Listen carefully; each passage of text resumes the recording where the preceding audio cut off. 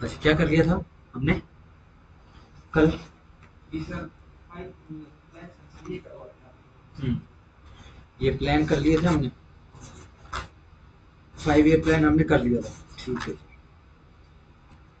Lok Sabha election 2024 हमने कर लिया था, मेन पॉइंट कर लिया था। ठीक है ना, ये यंगेस्ट ओल्डेस्ट और ये एसटी वुमन जो है ये याद कर लेना इसको अच्छे से।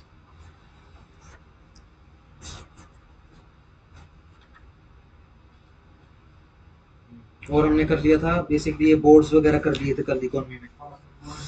ठीक है जी, सबसे ज्यादा किस चीज का उत्पादन होता है, ठीक है जी, ये हम कर चुके हैं। आगे आ जाओ। मेन हमारी इकोनॉमी का अभी भी, ठीक है जी, बेस क्या है? एग्रीकल्चर ही बेस है।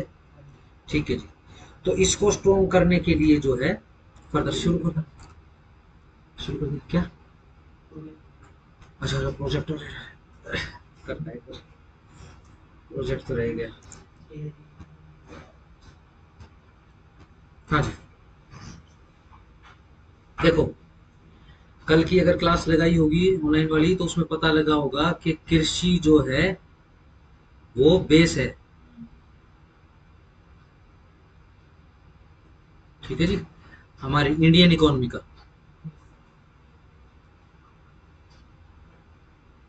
हम धीरे धीरे थोड़ा सा इंडस्ट्रियल पर भी जा रहे हैं, ठीक है ना। ठीक है ना, लेकिन अभी भी जो है ना यही बोला जाएगा कि इंडियन इकोनॉमी जो है वो कृषि प्रधान ही है। चलो जी। तो इसी कारण से इस चीज को फर्दर डेवलप करने के लिए, ठीक है जी, कुछ बैंक्स कुछ संस्थाएं उनका निर्माण किया गया है। ठीक है जी, एक बार मेन मेन मेन मेन जो हम देख लेते हैं फटाफट, ठीक है जी, उसको फिर आगे कर लेते हैं। लिखो जी, नाबार्ड, NABARD, इसकी फुल फॉर्म लिख लो, नेशनल एग्रीकल्चरल बैंक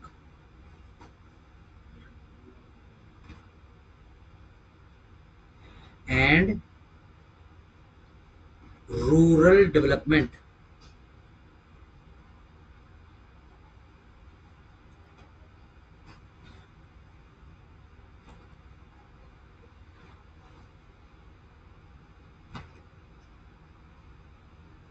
ठीक है जी, सही। ये कब एस्टेब्लिश किया गया है? इसको एस्टेब्लिश किया गया है 12 जुलाई 1982 को।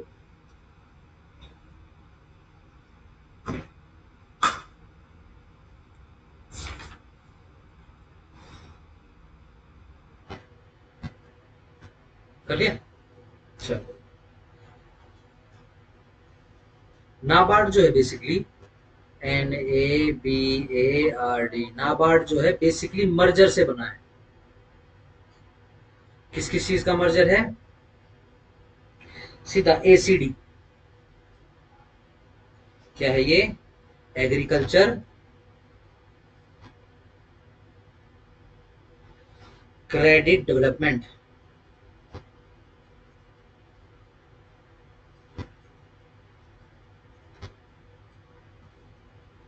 और RADC, देखो इसको इस हिसाब से लिखोगे, RADC ब्रैकेट करके RBI। ठीक है जी, ये क्या है? Stand for reconstruction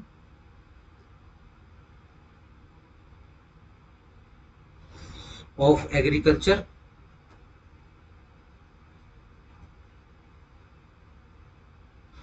and development corporation.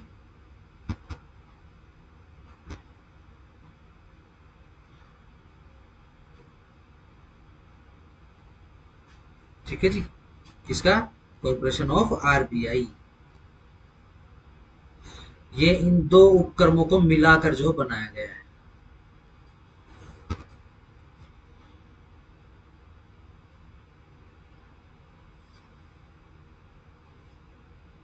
सही।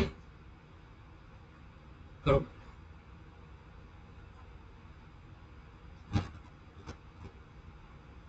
आओ सर, बस एक ही है ये, काफी है। जैसे KCC वगैरह है वो तो मैं आपको एक लिस्ट भी दे चुका हूँ। ठीक है ना।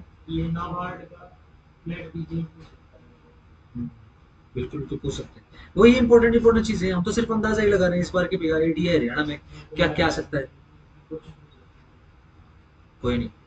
चलो आओ, मेजर क्रॉप्स इन इंडिया कर लो।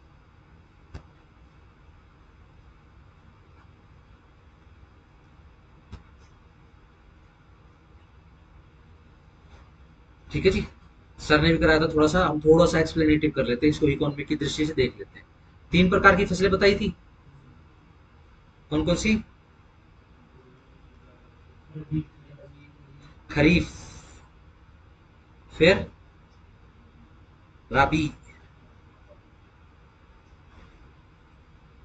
और तीसरा जायद।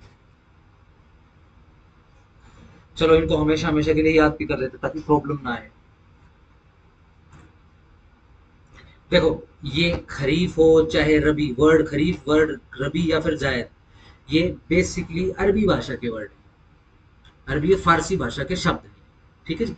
तो उनके हिसाब से जो मौसम की स्थितियां हैं उसके हिसाब से इनके नाम रखे गए। ठीक है ना, ये मौसमों के नाम है, ये ध्यान रखना। खरीफ का जो मौसम होता है वो बेसिकली मानसून के मौसम को बोलते हैं खरीफ।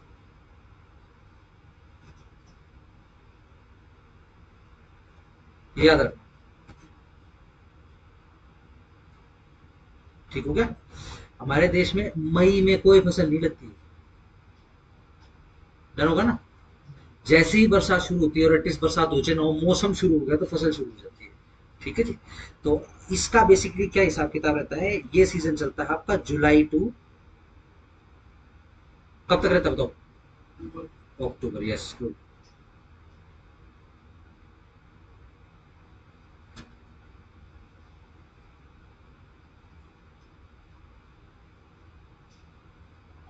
ठीक है जी। जो राबी मौसम होता है, सही, इसको गर्मी और सर्दी के बीच का मौसम बोलते हैं। लेट से सपोज करो, हमारे यहाँ जो टोक की सर्दियां पड़ती है उत्तर भारत में, कब पड़ती है? दिसंबर का लास्ट से शुरू हो जाओ जनवरी तक, तो आप लगाओ कि बढ़िया, अब तो यही मौसम रह गया बेसिकली। वरना तो जब मैं छोटा था तो बेसिकली क्या है, दिवाली गई और स्वेटर्स बार। ठीक है जी। नवंबर, दिसंबर, जनवरी, फरवरी, 4 महीने होते थे, बढ़िया सर्दी पड़ती थी, 4 महीने धुंध। ठीक है ना। अब तो 15 20 दिन की रहेगी। ठीक है जी। ये तो जब हाल है जब हम हरे भरे एरिया में हैं। आप हो सऊदी अरेबिया में, ठीक है जी, तो ये कौन सा मौसम है? समझोगे ना। चलो जी, गर्मी सर्दी के बीच का मौसम होता है ये।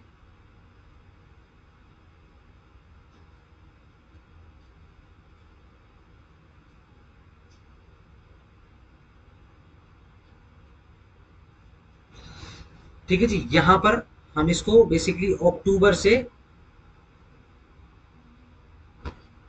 मार्च या फिर अप्रैल तक मानते हैं इसको।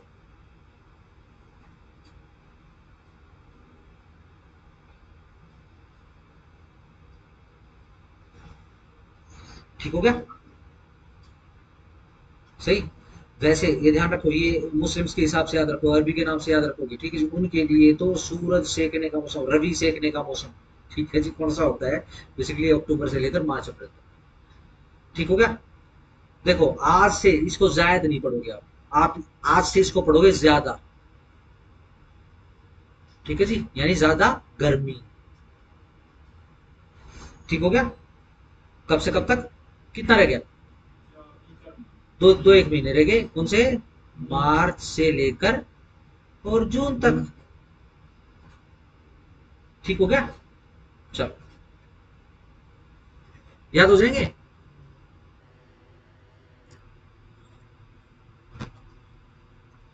चलो जी, एक बार खरीफ की फसलें देख लेते हैं कौन कौन सी होती है। राइस, है ना। ज्वार,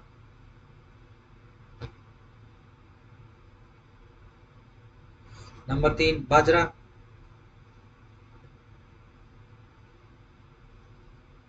नंबर 4 मेज। हम्म, ये मंडी जाते हो? ये खरीफ के मौसम में ही हम, ठीक है ना, जो भी मंडी में आपको फसल, सब्जी नहीं, ठीक है जी, जो भी आपको फसल दिखाई दे, ठीक है जी, 5, कॉटन। आप ही लो, कॉटन तो खड़ा है अभी खेत में, अभी उसके ऊपर वो नहीं, पोपली नहीं आई, क्या बोलते हैं उसको, क्या बोलते हैं उसको, खड़ी नहीं, कपास, क्या बोलते हैं उसके फूल, फूल को क्या बोलते हैं, डोडी, डोडियां नहीं आई अभी, ठीक है जी। फिर इसके बाद शुगर केन,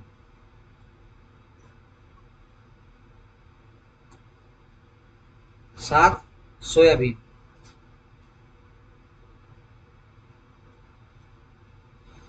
8 ग्राउंड नट, मूंगफली, ग्राउंड नट, ये अब हो जाएगा, ठीक है जी। ये आप यूँ लगा लो कि अक्टूबर तक इसकी कटाई छटाई शुरू हो जाएगी, ठीक है जी। और फिर सर्दियों में नवंबर तक इसके लास्ट तक इसकी कटाई चलती है, फिर सर्दियों में इसकी बुनाई शुरू हो जाती है, क्योंकि काटने के बाद बेसिकली हरी होती है, तो इसको धूप में भी सुखाते हैं। जब वो येलो येलो सा हो जाता है ना, फिर उसके बाद इसका उसको भूनते हैं। ठीक हो गया, चलो जी। अक्टूबर से लेकर मार्च तक सबसे मेन फसल कौन सी, यस गेहूं, व्हीट, शाबाश। उसके बाद जो बार्ले, BARLEY, बार्ले, इसको क्या बोलते हैं, जौ।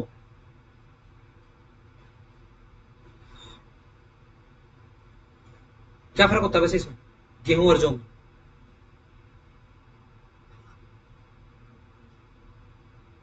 बताओ। जौ का यूज खाने में नहीं करते, ठीक है ना। इसका मेन यूज जो होता है आज आज की तारीख में, इसका मेन यूज, अगर मैं सनातन संस्कृति की बात करूं तो इसमें क्या है, आप वो बेसिकली पुराने समय में वो करते थे ना, क्या व्रत वगैरह करते थे, तो इसका बेसिकली चून निकालते होते थे, मेहनत ज्यादा लगती थी, कुटाई फुटाई और वो बरसा बहुत ज्यादा करना पड़ता था इसके अंदर, फिर उसका वो निकालते थे, ठीक है जी। गर्मियों में इसका सत्तू वगैरह बनता था, बेस्ट बढ़िया सत्तू बनता। आज की डेट में भाई इसकी बियर बनती है और शराब बनती है इसकी, ठीक है ना। माल्ट निकाला जाता है इसमें से, जो कि जौ में से निकालते हैं। क्यों, जौ की बनावट ऐसी होती है, इसे वो क्या होता है, आगे उसके ऊपर कवर सा होता है ना, इसके ऊपर वो खमीर बैठने में बहुत इजी बैठता है, यीस्ट बहुत जल्दी बैठता है इसके ऊपर, और फिर इसका विघटन हो जाता है, जिससे शराब की मैन्युफैक्चरिंग शुरू हो जाती है। चलो जी। ग्राम, चना,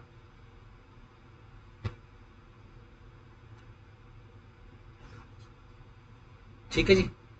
फिर तुअर, तुअर पता हुआ, तुअर की दाल, ये तुअर की दाल, ये वो खाया है सांबर, सांबर खाया है, ये तुअर की दाल से बनता है।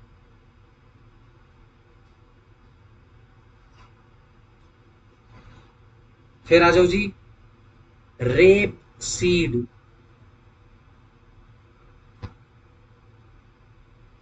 इसको बोलते हैं राई को।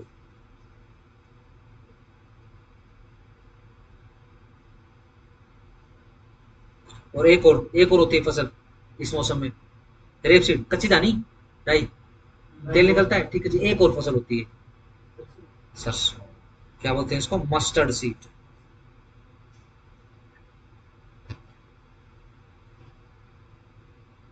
सरसों,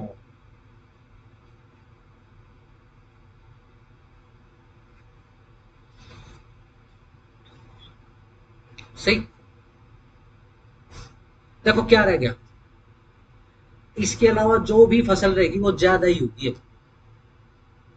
याद कर लोगे, ठीक है ना। कौन सी फसलें रहेगी, फ्रूट और सब्जियां, बस यही है। फ्रूट में गर्मियों का, गर्मियों में सबसे ज्यादा बिकने वाला फ्रूट, अरे तरबूज, वाटरमेलन, ये थोड़ा कम पैसे में घना हो ना तो इसकी इज्जत नहीं बेचारेगी। Watermelon,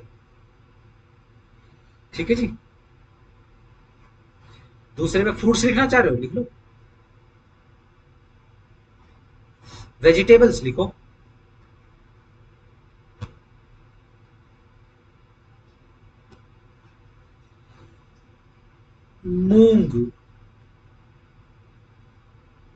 etcetera.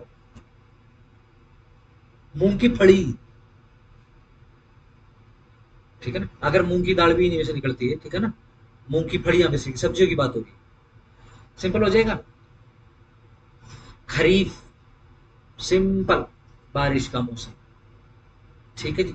रबी, बारिश के मौसम के ठीक बाद, गर्मी सर्दी के बीच का मौसम इसलिए कह रहा हूँ क्योंकि जब अगर हम सऊदी अरेबिया की बात करते हैं या फिर जो इंडियन जो पेनिनसुला है उसके बाहर निकल जाने की जब हम बात करते हैं, तो ये ध्यान रखना, हमारे यहाँ तो जो ऊपर साइबेरिया से ठंडी हवाएं आती हैं उसको तो हिमालय रोक लेता है। इसके अलावा आप किसी भी देश में चले जाओगे, इधर ईरान, इराक और स्विट्जरलैंड इस एरिया में चले जाओगे, तो उतरी दूर तो बहुत ऊपर है, लेकिन फिर भी क्या है, ठंडी हवाएं आ जाती हैं। हिमालय के ऊपर आप देखोगे चाइना में, ठीक है जी, वहां तो पूरे शंघाई में सब जगह बर्फ गिरती है, ठीक है ना। यहाँ पे क्या है, हिमालय रोक लेता है, ठीक है जी। तो बीच का बढ़िया, जिसका बोलते हैं ना मौसम, गर्मी सर्दी के बीच का मौसम, तो यही मौसम पड़ता है उसे। चलो जी, डन। खरीफ में 8 फसलें हैं, रबी में 6 फसलें हैं, और ज्यादा फसलें तो ज्यादा ही होती है, फ्रूट, वेजिटेबल और मूंग याद रखना, दलहन के अंदर, ठीक हो गया, याद हो जाएगा। अब जैसे मैं वहां गया था, गुजरात में गया था, तो शुरू से, ठीक है जी, आप इस खेत से देखो और आगे खेत तक देखो, कॉटन ही कॉटन हो रखा है, काली मिट्टी, मिट्टी बहुत अच्छी है गुजरात में, ठीक है जी। और मैं जिस एरिया में गया, जो गुजरात का जो नीचे वाला जो बड़ा है, ठीक है जी, अब उसके अंदर क्या है कि बड़ी उथली उथली सी नदियां हैं, जैसे 3-4 किलोमीटर के अंदर नदी फैली हुई है, ठीक है जी, बहुत उथला उथला पानी है और बहुत धीरे धीरे बह रहा है, ठीक है जी। एक जगह तो ऐसा लगता है, मैंने उसको जूम करके देखा ना, तो साइड का ये जो है सूरत का, जहाँ खाड़ी पे ये पड़ता है, ऐसा लगा कि समुंदर है। मैंने तो फिर हाथ भी जोड़ दिया कि समुद्र देवता के दर्शन हो गए। फिर मैंने वो ढंग से देखा तो रिवर निकल के थी, भोगावती है, पता नहीं भोगवती क्या रिवर था वो, बहुत चौड़ी रिवर थी।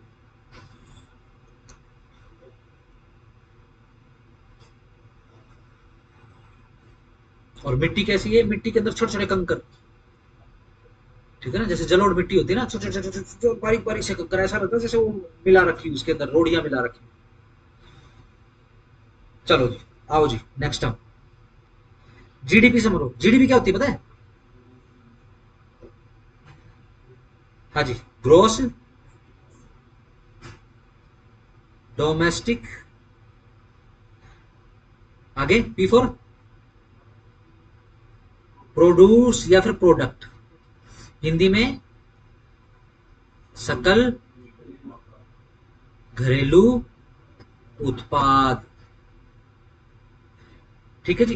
ध्यान रखो, आज की डेट में हमको कोई देश कितना ज्यादा उन्नति कर रहा है या नहीं कर रहा है या कर चुका है, ये किससे पता चलता है? उस देश की जीडीपी से पता चलता है, ये पैमाना है, ठीक है। बेसिकली अगर मैं आपको बताऊं ये क्या चीज होती है, simple, last goods plus services, किसी भी देश का,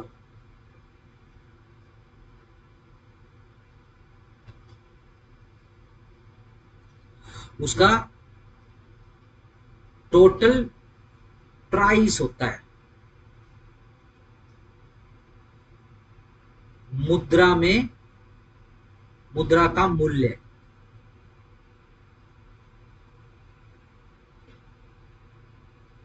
ठीक है जी। अगर आज की दुनिया की बात करूं, ठीक है जी, तो एक देश दूसरे देश को बेसिकली क्या दे सकता है, बताओ? या तो गुड्स, उत्पाद, या फिर सर्विसेज, सेवाएं, ठीक है। हमारा देश कौन सी चीज देता है, या दोनों? दोनों, ठीक है जी। अब जैसे क्या है, लास्ट गुड्स, ये दाल, फसल, आटा, ठीक है जी, वेजिटेबल्स, खाने पीने की जो भी यहाँ पे मैन्युफैक्चरिंग हो रही है, ठीक है जी, वो प्लस, सीधी सिंपल सी बात, जैसे कि भाई खनन कर लिया, लोहे का एस्ट निकाल लिया, फिर लोहा स्टील की चादरें बनाई वो बेच दी, या फिर पूरा मैन्युफैक्चरिंग कर लें, ठीक है ना। जैसे कि अगर लास्ट गुड्स में अगर मैं बात करूं, तो इंडिया एक ऐसा देश है, अपना ऐसा देश बन चुका है, ठीक है जी, जहां पर सब कुछ मैन्युफैक्चर होने लगा है, ठीक है ना। एक छोटा सा एग्जांपल लेते हैं, जैसे कि गाड़ियां हैं, कार, ठीक है जी, छोटी गाड़ियां, टोय कार से लेकर और आर्मी व्हीकल्स, बड़े बड़े जो ट्रक्स हैं, सब कुछ निर्माण होने लग गए हैं यहाँ पे। ठीक है, ये क्या है, लास्ट गुड्स ही तो है। इसके अलावा सर्विसेज है, जैसे कि कॉल सेंटर्स वगैरह होते हैं, एलपीओ बीपीओ वगैरह होते हैं, ये क्या है, ये सर्विसेज है। ठीक हो गया, इन दोनों को मिलाओ और इसका मूल्य कितना बढ़ता है, इसको बोलते हैं, इसके प्लस इसके टोटल बोलते हैं जीडीपी। सिंपल हो गया। चलो,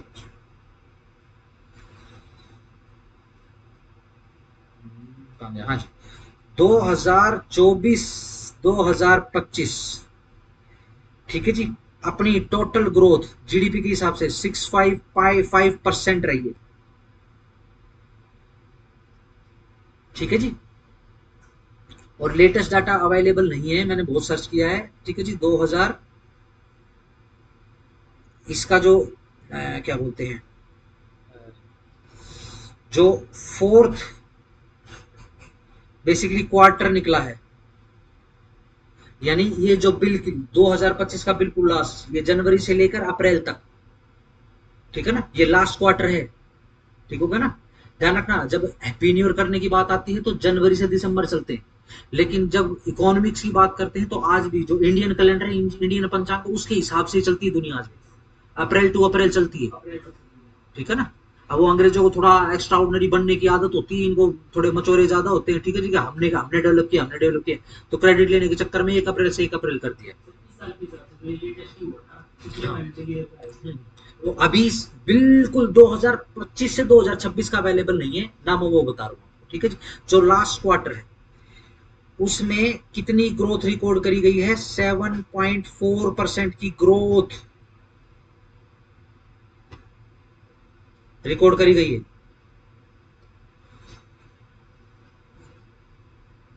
ठीक है जी, अगर मैं प्राइस में इसका मीनिंग बताऊंगा, ध्यान रखो, 7.4 की ग्रोथ, ट्रमेंडस ग्रोथ है ये, सबसे ज्यादा ग्रोथ है। ठीक है, थोड़े दिनों में अमेरिका के खाने के लाले पड़ जाएंगे, ये क्या कर रहा है, टैरिफ टैरिफ चिल्ला रहा है, होश ठिकाने आ जाएंगे 1-2 साल में, ज्यादा नहीं है। ठीक है जी, अगर मैं बेसिकली प्राइस के अंदर बात करूंगा तो ध्यान रखो, इसको बोलेंगे फाइनेंशियल ईयर।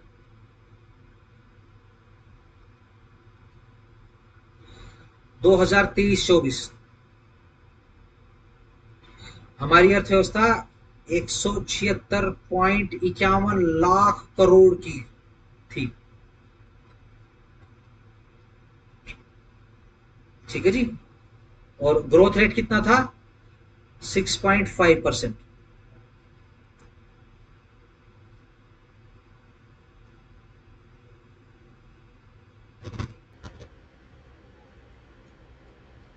सही हो गया जी, फाइनेंशियल ईयर 2024-2025। ठीक है जी, एस्टिमेट 301.23 लाख करोड़, लगभग दुगनी, लगभग, पूरी तो नहीं, लगभग।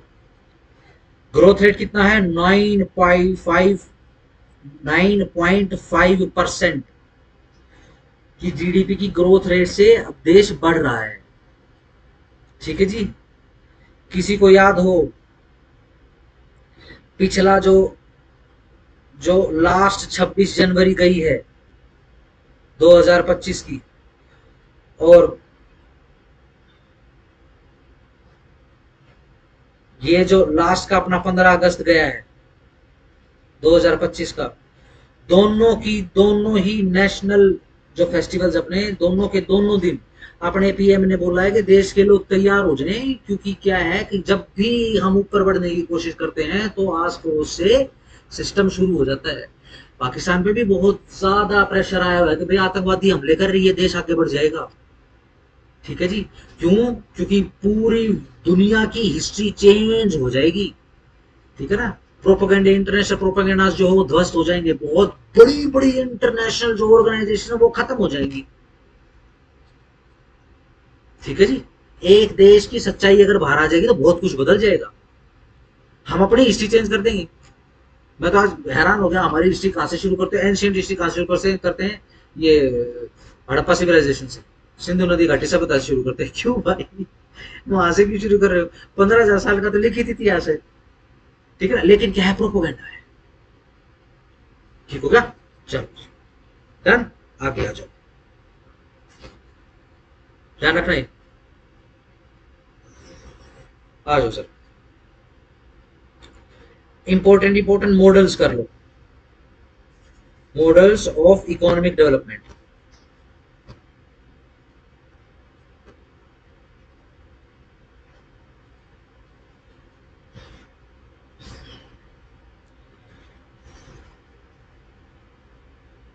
ठीक है ना?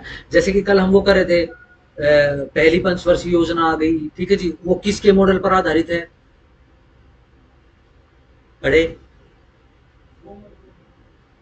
हाँ हाँ, ठीक है जी, उसके भी वो क्या है, एक मॉडल उसने प्रस्तुत किया कि भाई देखो किसी देश को अगर जल्दी डेवलपमेंट करनी हो तो देखो इसी हिसाब से काम करेंगे। इनके अंदर बेसिकली क्या बताते हैं, देखो जी, इंफ्रास्ट्रक्चर हम इस एरिया में बढ़ाएंगे, जैसे खेती का इंफ्रास्ट्रक्चर अलग होता है, इंडस्ट्री का इंफ्रास्ट्रक्चर अलग होता है, ठीक है ना? भाई सबसे पहले तो हम कृषि पे ध्यान देंगे, ठीक है ना? जो भी बेसिक है वो कृषि है, जो जमीन होती है देश की उसके नाम की होती है, इंडस्ट्री जब आएगी, ठीक है जी। तो क्या है, हम पहले कृषि को उन्नति करेंगे, ठीक है जी। कृषि को बढ़ावा देने के लिए, यानी कृषि में क्या बढ़ावा देना, किस पैमाने में माने कि हम कृषि जो है डेवलप हो चुकी है किसी देश में, बताओ उसमें उत्पाद कितना आ रहा है, वो कितनी पाक दे रहा है, कितनी उपज दे रहा है वो, इसी के भी आपे हैं, ठीक है जी। अब ये उपज बढ़ाने के लिए क्या क्या करना पड़ेगा, उर्वरक देखने पड़ेंगे, ठीक है जी, लैब्स वगैरह बनानी पड़ेंगी, जेनेटिक सीड्स वगैरह इनका सीड्स जेनेटिक्स डिपार्टमेंट भी करना पड़ेगा, ठीक है जी। और इसके अलावा पानी, ठीक है ना, यील्डिंग, हाँ अपना उर्वरक वगैरह हो गया, ठीक है जी। और अब पानी अगर करना है तो फिर बांध, गांव की और शहरों की सड़कें, मंडियां, ठीक है ना, कनेक्टिविटी, बिजली, ठीक हो गया? ये कृषि को डेवलप करने के लिए ये सारी चीज साथ साथ में डेवलप करेंगे। एक सर्टेन लेवल तक जब ये डेवलप हो जाएगा और वहां से अच्छा रेवेन्यू कलेक्ट होगा तो हम इतना रेवेन्यू बचा के हम फिर इंडस्ट्री में लगाएंगे, ठीक है ना? आज थोड़ा सा मोटी मोटी नजर एक बार बजट भी देख लेंगे, ठीक हो गया? बता दूंगा आज बजट भी, और ये भी बता दूंगा कैसे देखते होते, ठीक है ना, काम आएगा तुम्हारे। चलो पहला मॉडल लिख लो, नेहरू मेलनोबिस, स्पेलिंग देख लो, MAHALANOBIS, मेलनोबिस मॉडल,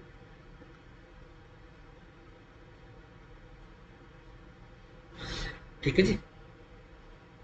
जब अपने पंडित जी ने सबसे पहली पंचवर्षीय योजना लाई, ठीक है जी, तो बेसिकली अपने मॉडल के ऊपर एक राइटर को ढूंढा या एक इकोनॉमिस्ट को ढूंढा, ठीक है जी, और उसका उसका जो है मॉडल अप्लाई कर दिया। किस पर बेस्ड है ये? सोशल जस्टिस पर बेस्ड है,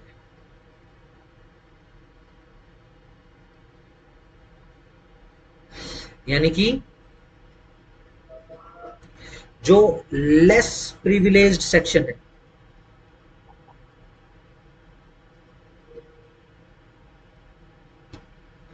ठीक है जी, उसको अपॉर्चुनिटी देने का मकसद है,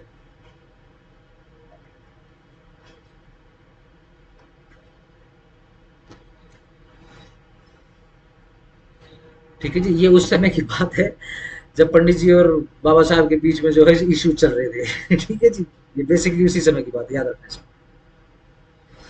कहाँ समझ नहीं आया? सोशल जस्टिस पर बेस्ड है ये मॉडल, ठीक है जी। इसमें क्या करना होता है, इसमें जो लेस प्रिविलेज सेक्शन है उसको अपॉर्चुनिटीज दो, उनको जो है आगे लेके आओ, उनको जो है नौकरियां वगैरह दो, ये बेसिकली उसके लिए। नंबर 2,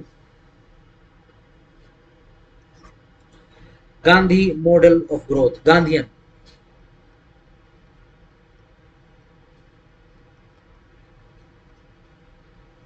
मॉडल ऑफ ग्रोथ, नाम से समझ में आ गया होगा, ठीक है जी। तो गांधी जी क्या कह रहे हैं कि बेसिकली ये जो मॉडल है ये मटेरियल एंड कल्चरल लेवल, ठीक है जी, ऑफ मासेस, ठीक है जी, उस पर डिपेंडेंट रहेगा कि आप इस मासेस को जो है बेसिक स्टैंडर्ड ऑफ लाइफ देने पर जोर दो,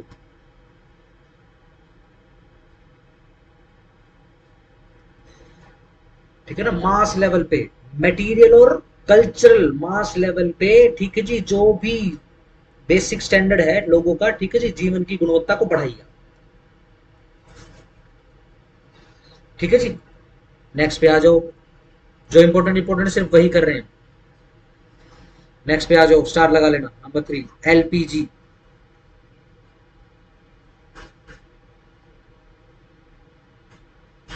ठीक है जी, एलपीजी की फुल फॉर्म लिख लो, एल फॉर लिबरलाइजेशन। ना ना,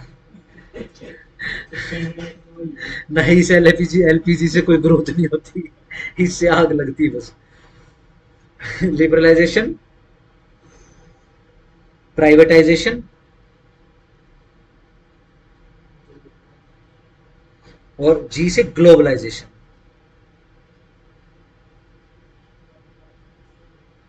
ठीक है जी, ये किन्होंने इंट्रोड्यूस करी?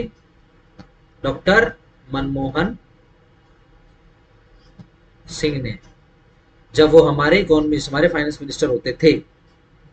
ठीक है जी, जो इंडिया के जो बाजार हैं उनको खोलने का काम इन्होंने ही किया था। ठीक है ना, ये सब होने के बाद जो है फिर ये सेंसेक्स, बीएनएक्स और ये सारी चीजें जो देश में आई। ठीक है, ये किसी को इसमें अगर टेंशन है तो बताओ, लिबरलाइजेशन, प्राइवेटाइजेशन, ग्लोबलाइजेशन क्या होता है? प्राइवेटाइजेशन सबको पता है, ग्लोबलाइजेशन अंतरराष्ट्रीयकरण। एक देश, हाँ, एक देश के अंदर, अब आपने देखा होगा ना हमारे देश में अब जो भी इंफ्रास्ट्रक्चर बनता है वो इंटरनेशनल लेवल का बनता है। रोड बन रहे हैं तो इंटरनेशनल लेवल के रोड बनेंगे। ठीक है जी, रेलवे का सुधार अब इंटरनेशनल लेवल का हो रहा है।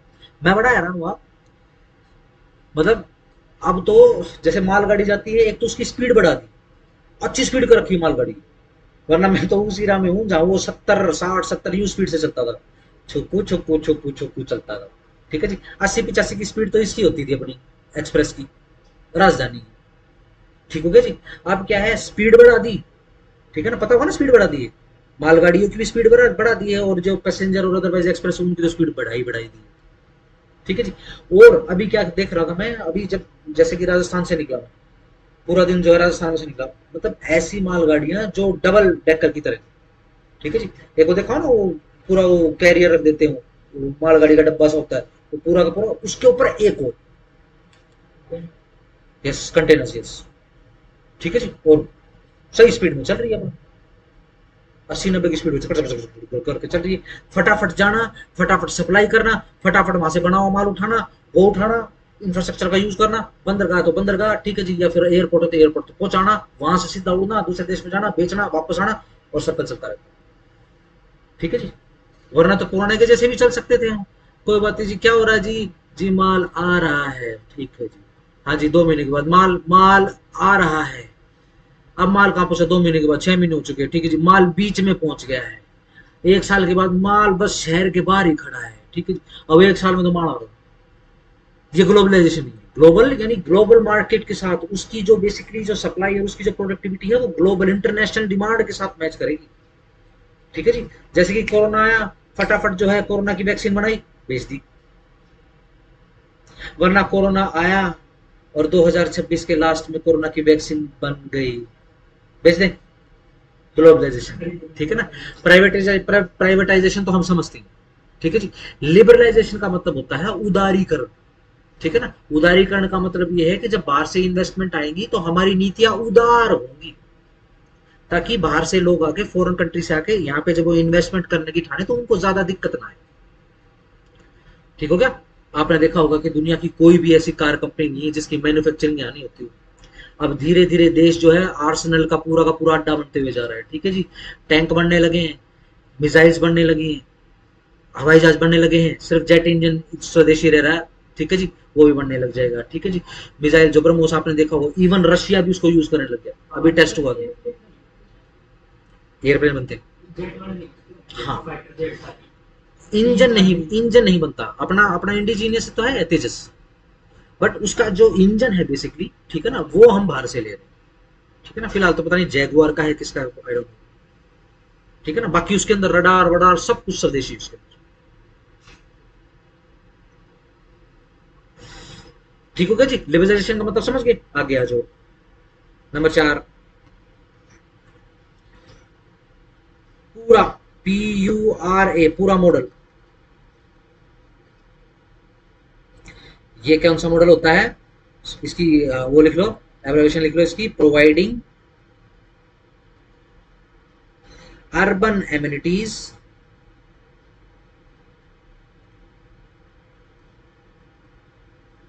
In rural areas. ठीक है जी। ये कौन सा मॉडल होता है कि भाई आप इतनी सुख सुविधाएं जो आप शहरों को प्रोवाइड करा रहे हो, ठीक है जी, वो गांव को प्रोवाइड कराओ। जैसे मंडी शहर के पास है, भाई मंडी गांव के नजदीक करो। ठीक हो गया, जल्दी ग्रोथ आएगी। ठीक है ना, सप्लाई ज्यादा होगी, ठीक है जी, फ्रेश माल मिलेगा, कंजप्शन बढ़ेगी, कंजप्शन बढ़ेगी तो मार्केट में पैसों का फ्लो बढ़ेगा, मार्केट के अंदर पैसों का फ्लो बढ़ेगा तो स्ट्रेंथन होगी इकोनॉमी। ठीक हो गया, चलो नेक्स्ट इंपॉर्टेंट टॉपिक कर लो, अनएम्प्लॉयमेंट। एक आधा क्वेश्चन पक्का बनेगा इसमें से।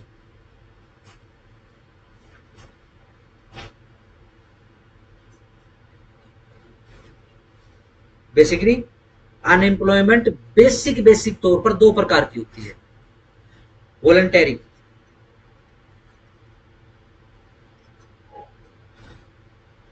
दूसरा इनवॉलंटरी।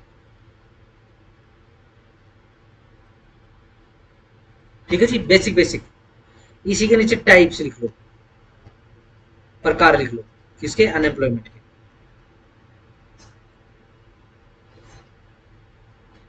करें शुरू।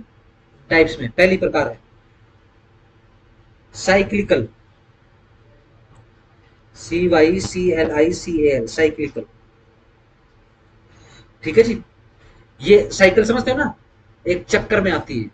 ठीक है जी, ये जब भी इकोनॉमिक डिप्रेशन आता है,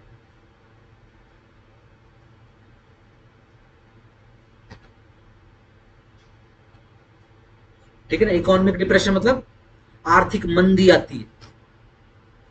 ठीक हो गया जी, तो अनएम्प्लॉयमेंट का एक चक्र क्रिएट हो जाता है। सबसे सबसे ज्यादा कनेक्टेड चीज, ठीक है जी, जो बेसिकली आर्थिक मंदी आते ही जो चीज होनी ही होनी है वो क्या होती है, छटनी। ठीक है ना, छटनियां। ठीक है जी, लेट से भाई कैसी मंदी आ गई, आर्थिक मंदी में। आर्थिक मंदी किस में आई भाई, इंश्योरेंस सेक्टर में आर्थिक मंदी आ गई। ठीक है जी, क्या होगा, सिरे से छटनियां हो जाएंगी। ठीक हो गया, हाँ बस ये ध्यान रखना, ये बेसिकली क्या है, ये आर्थिक मंदी नहीं थी। ठीक हो गया जी। अब लेट से कौन सी मंदी आ गई जी, अब मंदियां आ गई है जी उसमें, अपना ये एजुकेशन सेक्टर मंदी आ गई। ठीक है जी, अब क्या होगा, नए नए स्कूल बंद हो जाएंगे, बहुत सारे सरकारी स्कूल बंद हो जाएंगे। ठीक है जी, क्या होगा, छटनी। छटनी का मतलब क्या होता है, पुराना को निकाल देते हैं, नए को देख लेंगे, वे भर्ती करेंगे तो कर लेंगे वरना तो छुट्टी। ठीक है जी, इसको बोलते हैं cyclical unemployment. Number two, frictional.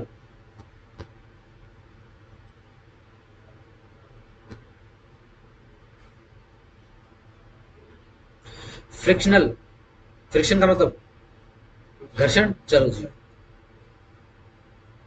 जब नई इंडस्ट्रियां ओल्ड इंडस्ट्री को आउट मार्केट कर देती हैं। ठीक है ना, ये कंप्यूटर के जमाने में समझने में बहुत इजी होगा। टेक्नोलॉजी आ रही भैया, हर साल टेक्नोलॉजी बदल जाती है, हाँ कि ना, सही। अब जैसे नई टेक्नोलॉजी आ गई, एआई आ गई, इससे क्या होगा, इससे कई पुरानी इंडस्ट्रियों में क्या ताले लगेंगे, और उन इंडस्ट्री में काम करने वाले लोग वो बेरोजगार हो जाएंगे। ये कैसे होगा, ये फ्रिक्शन से होगा, नई और पुरानी इंडस्ट्री आपस में फ्रिक्शन कर रहे हैं। Number three, open unemployment.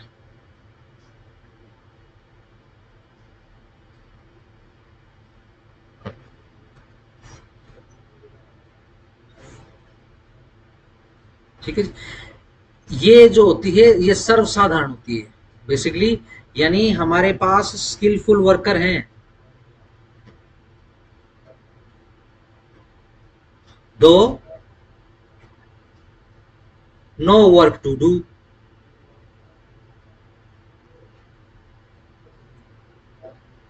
ठीक है जी, और ये विलिंग टू वर्क भी हैं, स्किलफुल भी हैं और विलिंग टू वर्क भी हैं।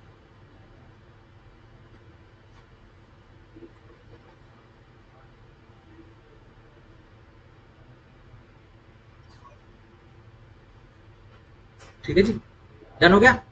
Seasonal,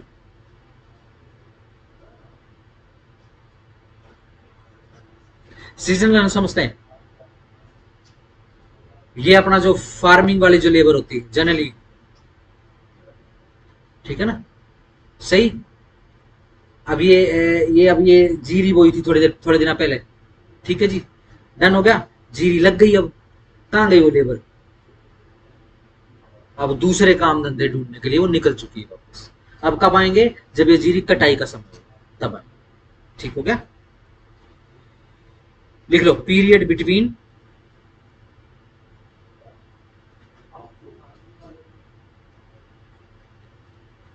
past harvest and next harvest. Harvest नहीं, सोइंग।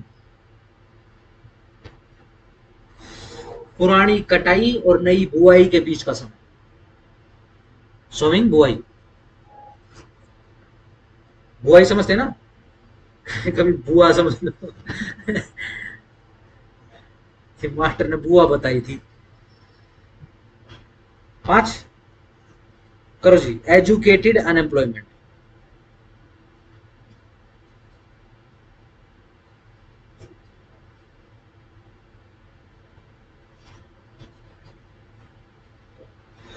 ये शहरों के अंदर सबसे ज्यादा पाई जाती है, फाउंड इन अर्बन एरियाज।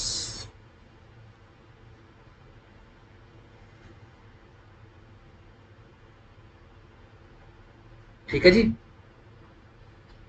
समझ गए।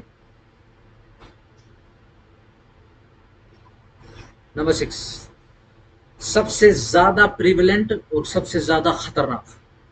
देखो जी, अंडर डिस्गाइज्ड।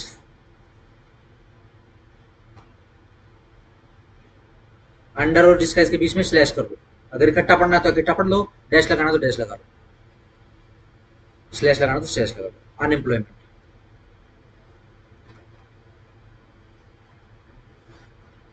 ठीक है जी, आपको काम करता हुआ दिखाई देगा वो, आपको एम्प्लॉयड दिखाई देगा वो, लेकिन असल में वो एक डिस्गाइज, यानी डिस्गाइज मतलब भेस बदलना।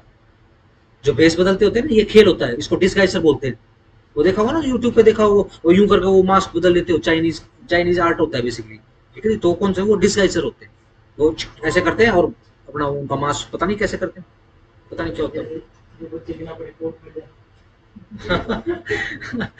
बेसिकली अब देखो, है तो भाई कौन है तो इंजीनियर, पढ़ाई किसी की कर रहा है, इंजीनियर की, लेकिन धंधा क्या करता है? क्लर्क। तो ये क्या है? अनएम्प्लॉयमेंट है, लेकिन उसने बेस बदला हुआ है। और बेस कौन सा बदला हुआ है? एम्प्लॉयमेंट का बेस बदला हुआ है।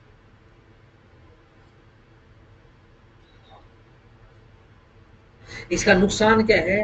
देखो, एक इंजीनियर का पार्टिसिपेशन, अगर मैं आज की डेट में आपसे पूछूं कि इंजीनियर का कितना रोल है देश की कंस्ट्रक्शन, देश के डेवलपमेंट में, बहुत ज्यादा रोल है। लेकिन एक इंजीनियर को इंजीनियरिंग का काम ना देके उसको क्लर्क बना देंगे तो क्या, जितना वो योगदान दे सकता है उतना योगदान वो कभी भी नहीं दे पाएगा। ठीक हो गया, चलो। सबसे लास्ट की, अनएम्प्लॉयमेंट कंपल्सरी।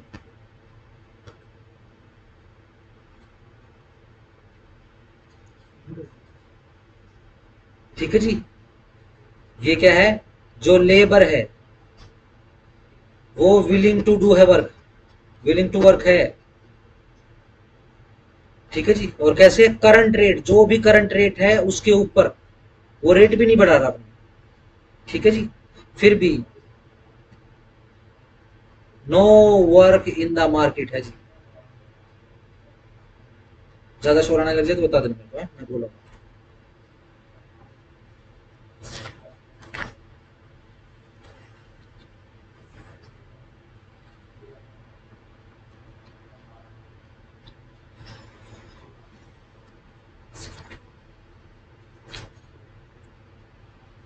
ठीक हो गया जी। 7 प्रकार की कौन कौन सी? साइक्लिकल, जो साइकिल में आती रहती है, ठीक है जी। सिंपल, ये ध्यान रखना, ये साइकिल कब आएगा? जब इकोनॉमिक डिप्रेशन आएगा। यूं नहीं है कि सीजन बदल जाएगा तो इसको साइकिल बोलेंगे, नहीं।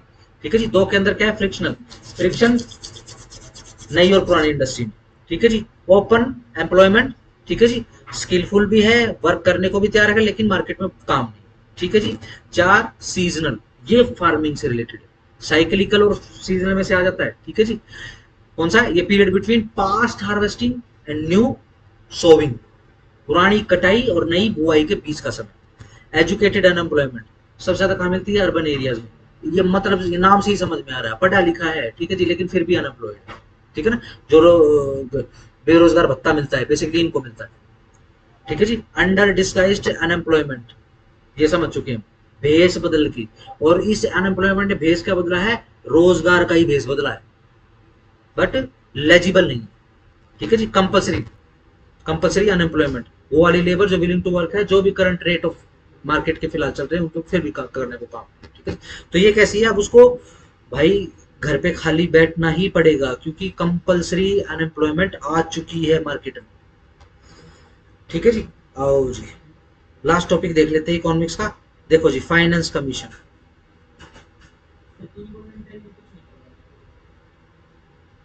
इनवॉलंटरी में क्या करो?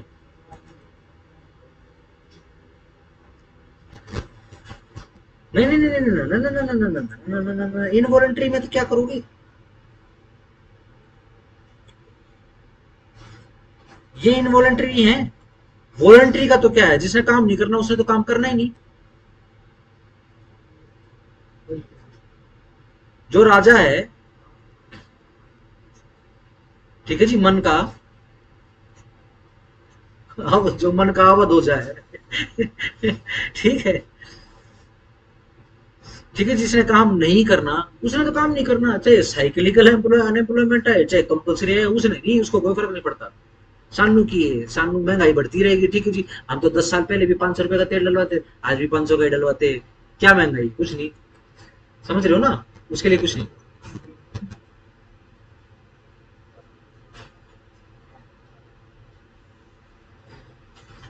चलो जी। हाँ जी, कॉन्स्टिट्यूशन, आर्टिकल नंबर बताओ जी। 280 है।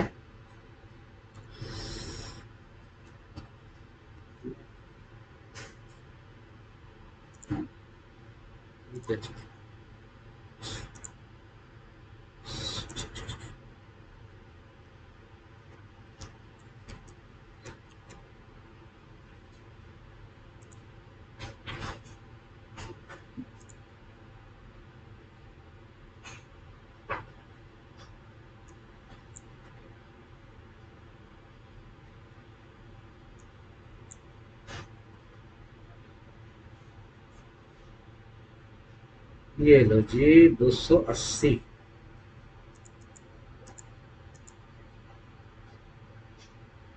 पढ़े पर, ठीक है जी। सिंपल लिख लो, फाइनेंस कमीशन कहाँ है? कॉन्स्टिट्यूशन में 280 पे आर्टिकल। चलो,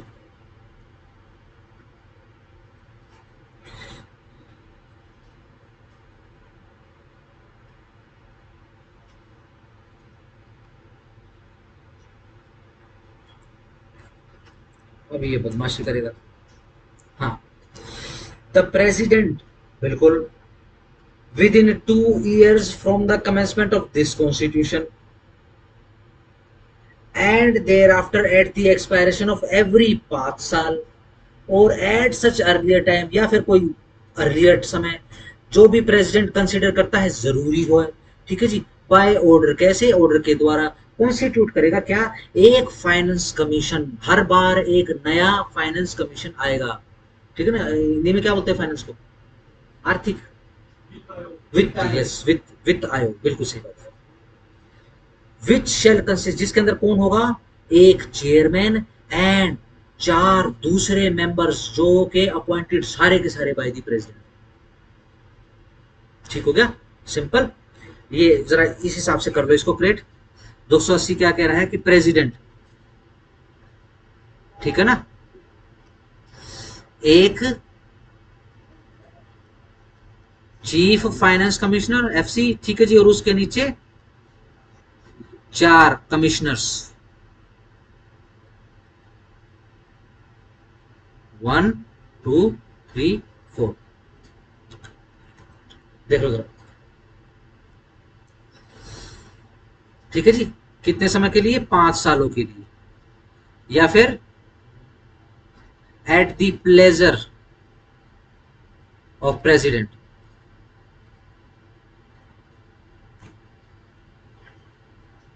यानी किसी का कार्यकाल छोटा भी हो सकता है।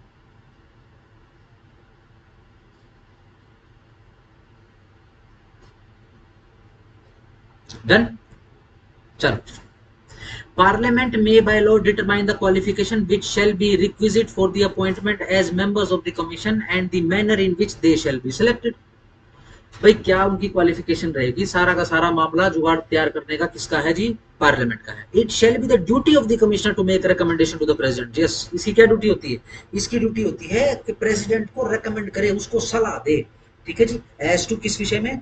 The distribution between the union and the states of the net proceed of taxes. जितना टैक्स कलेक्ट हुआ है उसमें से कितना सेंटर पे लगाए, कितना किस स्टेट पे लगाए। which are to be, chalo ji, or may be divided between them under this chapter and the allocation between the states of the respective shares of such proceed। yes, let's say दो राज्यों के बीच में, 3-4 राज्यों के बीच में ही पैसा लगाना है, तो ये भी फाइनेंस कमिश्नर जो है वो बेसिकली सलाह देगा president. B, principles which should govern the grants in aid. Yes, ध्यान रखो, हर किसी राज्य को ग्रेड्स या ग्रांट इन एड्स नहीं दी जाती है, ठीक है जी। जनरली किनके पास जाती है? जो बीमारू राज्य होते हैं, ठीक है जी। और मान लो जैसे कि अब जैसे पंजाब राज्य है, अब हुआ क्या, बाढ़ आ गई, तो क्या है, अब किसानों को ग्रांट दी जाएगी, एड दी जाएगी, ठीक है ना। किसको दी जाएगी? Of the revenues of the state out of the consolidated fund. क्यों, किस में दे जाएंगे? ये कंसोलिडेटेड फंड में से जाएंगे, तो इस वजह से सलाह लेनी ही पड़ेगी। B B, the measures needed to augment मतलब बढ़ाना, the consolidated fund of state to supplement the resource of the panchayat. छोड़ दो इसको, ठीक है जी। C, the measures needed to augment of consolidated fund of state to supplemental to the resources of the municipalities, ठीक है जी। बीबी के अंदर तो अपना बाबा जो वो बन गया है, सरपंच बन गया है। सी के अंदर कमिश्नर, म्युनिसिपल कमिश्नर आ गया है। अब इनको काम करने के लिए जो स्टेट के कंसोलिडेटेड फंड है उनमें भी तो पैसा बढ़ाया जाएगा, ठीक है जी। चलो जी, डी में आ जाओ। Any other matter referred to the commission by the president. जो भी इसके अलावा जो भी काम दे दिया गया है प्रेसिडेंट के द्वारा, किसको? कमिश्नर को, फाइनेंस कमिश्नर को, चीफ को, वो वाला काम करेगा, ठीक है जी। The commission shall determine their procedure and shall have such power in the performance of their functions as parliament may by law confer of their. बिल्कुल सही बात है जी। उसके अलावा जो अपना प्रोसीजर वगैरह सब कुछ तैयार कर लेगी। चलो जी, 281 के अंदर क्या है? Recommendation of the finance commission and the president shall cause every recommendation made by the finance commission under the provision of this constitution together with an explanatory memorandum as to the action taken thereon to be laid before each house of the parliament, ठीक है जी। यही CAG की report के साथ president साहब कर रहे थे, यही फाइनेंशियल जो चीफ अपना उसकी रिपोर्ट के साथ जो है जो प्रेसिडेंट साहब अपना काम करेंगे। छोड़ दो, बाकी कुछ नहीं करना। कस्टडी छोड़ दो, छोड़ दो, बस आज हो जाए। कौन अपॉइंट करेगा? प्रेसिडेंट साहब, ठीक है जी। लेट्स से प्रेसिडेंट साहब अपॉइंट कर रहे हैं तो कौन निकालेगा? प्रेसिडेंट साहब निकालेंगे, ठीक है जी। देखो जी, फिलहाल करंटली हमारे पास 16वां फाइनेंस कमीशन जो है वो काम कर रहा है हमारे देश में,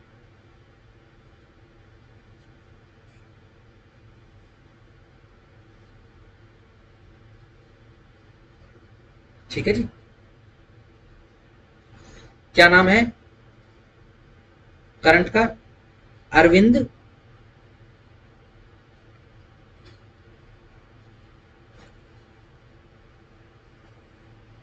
पंगारिया। बेसिकली इसका नाम है पनागा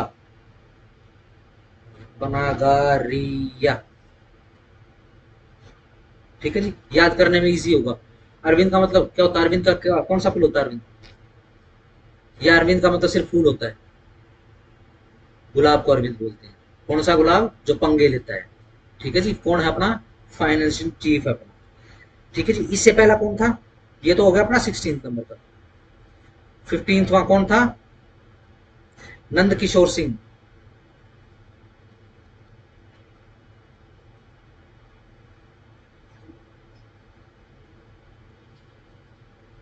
ये अपना मिनिस्टर वगैरह भी रहे हैं, काफी प्रोमिनेंट बेसिकली लीडर रहे हैं। अपने फर्स्ट का लिख लो, फर्स्ट कौन था? फर्स्ट था अपना के एल नियोजी।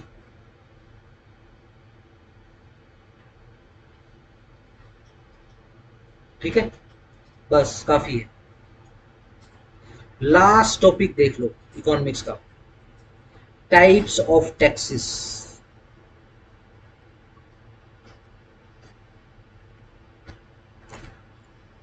ये कर लिया, के एल नियोजी। ठीक है ना, नियोजन किसके साथ किया गया? के एल के साथ नियोजन किया गया है। ठीक है जी, अभी कौन है? एक ऐसा गुलाब है जो पंगे लेता है, अरविंद पंगारिया। ठीक है जी, पिछला कौन था? एन के सिंह। ठीक है जी, आओ जी जरा, direct tax number 1।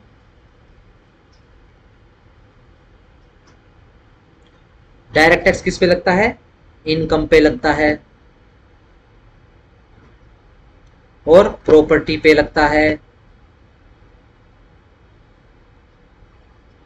Gift etcetera पे लगता है। ठीक है ना, अगर इनको अलग अलग करके लिखना चाहते हो तो लिख सकते हो, जैसे income tax, property tax, gift tax. ठीक होगा ना, एसेट्रा में ट्रांसफर प्रॉपर्टी टैक्स अगर लिखना है तो ये डायरेक्ट लगता है।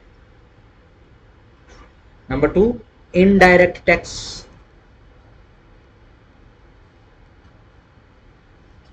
बताओ जरा एक आधी चीज जिसपे इनडायरेक्ट टैक्स लगता हो।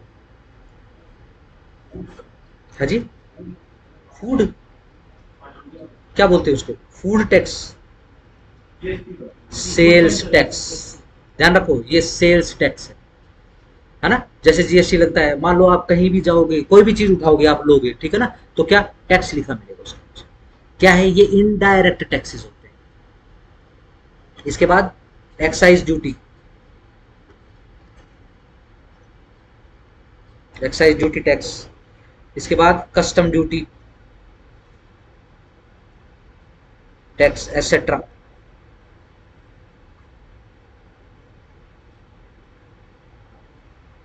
इसके बाद नंबर 3 कर लो, tax imposed by central government.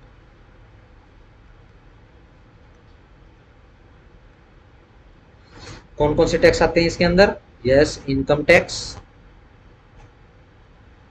Corporate tax, property tax, succession tax.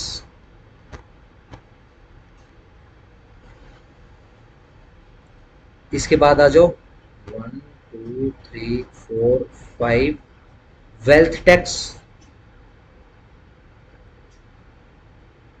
Gift tax,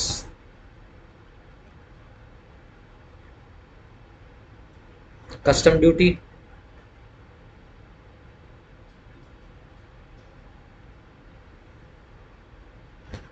tax on agricultural wealth.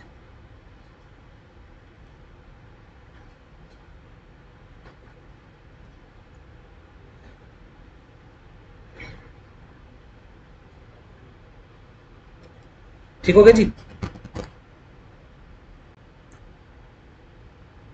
Number 4, tax imposed by state government.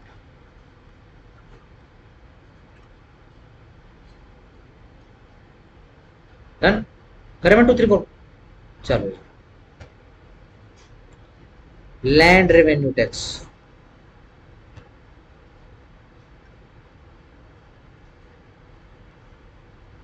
Number 2, agricultural income tax,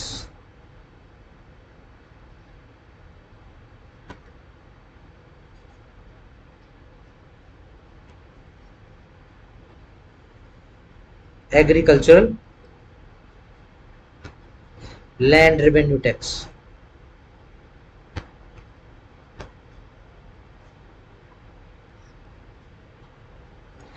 state excise duty. Excise duty लिख के bracket में state कर रहा हूं।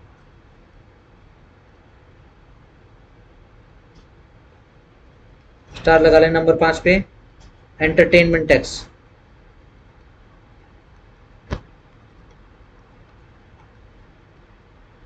ठीक है ना। ये बोलते हैं भाई फलानी स्टेट ने अपने स्टेट में ये मूवी टैक्स फ्री कर दी है, ठीक है ना, तो एंटरटेनमेंट टैक्स।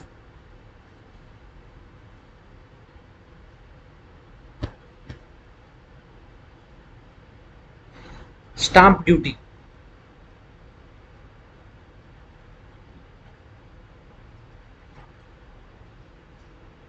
रोड टैक्स,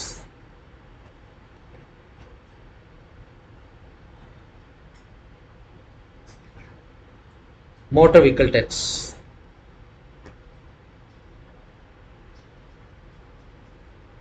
है ना। जब नई गाड़ी खरीदते हैं तो टैक्स देते हैं, दोनों लगते हैं, मोटर व्हीकल टैक्स भी लगता है, ठीक है जी, ऊपर से रोड टैक्स भी लगता है, और ये सारा का सारा उसकी वैल्यू के अंदर जुड़ जाता है, ठीक हो गया जी। यस, और फिर टोल फिर लाते हैं। टोल का बताओ, टोल टैक्स ये किसका होता है? स्टेट और सेंटर दोनों का है। अगर नेशनल हाईवे है तो सेंटर के पास जाएगा, अगर स्टेट हाईवे है तो 152 का टैक्स कहाँ जाता है? नेशनल हाईवे है, 152 नेशनल हाईवे, ठीक हो गया जी। ये अपना दिल्ली जयपुर नेशनल हाईवे, ये अपना नेशनल हाईवे, ठीक है जी। ये जो अपना रिंग रोड बना रखा है रोहतक का, बताओ, पानीपत तक, है ना, ये सोनारिया में निकलते हैं। ठीक है, सोनारिया में निकलते, सोनारिया कह रहा हूँ कौन सा है, लकड़ियाँ, लकड़ियाँ, चमारिया है नहीं, मकड़ियाँ लकड़ियाँ क्या है, मकड़ोलिया, मकड़ोलिया, ठीक है। हाँ, एक तरफ ये गाँव एक तरफ गाँव, सही बात। बिल्कुल, ये किसका है? ये स्टेट के पास है, ठीक हो गया। इसी कारण से जितने भी आप नेशनल हाईवेज देखते हो, वहां पे किस प्रकार से आपसे टैक्स वसूला जाता है, वहां पे डिस्ट्रिक्ट वाइज टैक्स नहीं वसूला जाता। वहां तो आप एक बार रोड पे चढ़ गए, ठीक है जी, एक बार आपका नंबर, रोल नंबर लिख लेंगे आपका, ठीक है जी, और फिर जब आप उतरोगे उस हाईवे से तब कटेगा, वो आपकी इच्छा, आप कहाँ उतरोगे। ये जो पेरीफेरल बन रहा है, ठीक है जी, मान लो कोई दिल्ली चढ़ा सीधा बॉम्बे उतर, तो एक बार ही टैक्स कटेगा। हाँ, वो डिस्टेंस के हिसाब से, ठीक है ना। उसने बेसिकली कितनी सर्विसेज जो है, जो यूनियन की जो उसने उनका दोहन किया, ठीक है ना। क्योंकि जब व्हीकल जब रोड के ऊपर चलता है तो सिर्फ उसके टायरों टायरों का नुकसान नहीं होता, रोड का भी नुकसान होता है, कल को उसकी मेंटेनेंस वगैरह भी करवानी पड़ेगी, तो सारी चीजें जो बना पाती है, ठीक है जी। उसको फायदा होगा, ठीक है ना। मैंने ऐसा सुना है कि 12 घंटे में पहुंच जाया करेंगे अब मुंबई बाय रोड, ठीक है जी, लगभग लगभग बोल भी रहे हैं, पूरा भी हो चुका है। देहरादून 2 घंटे का, अच्छा, देहरादून, इसका मतलब देहरादून से कैची धाम कितनी दूर है?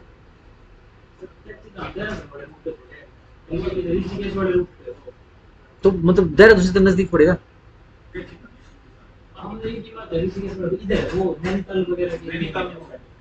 तो वहां से रोड कट जाएगा कोई नजदीक का?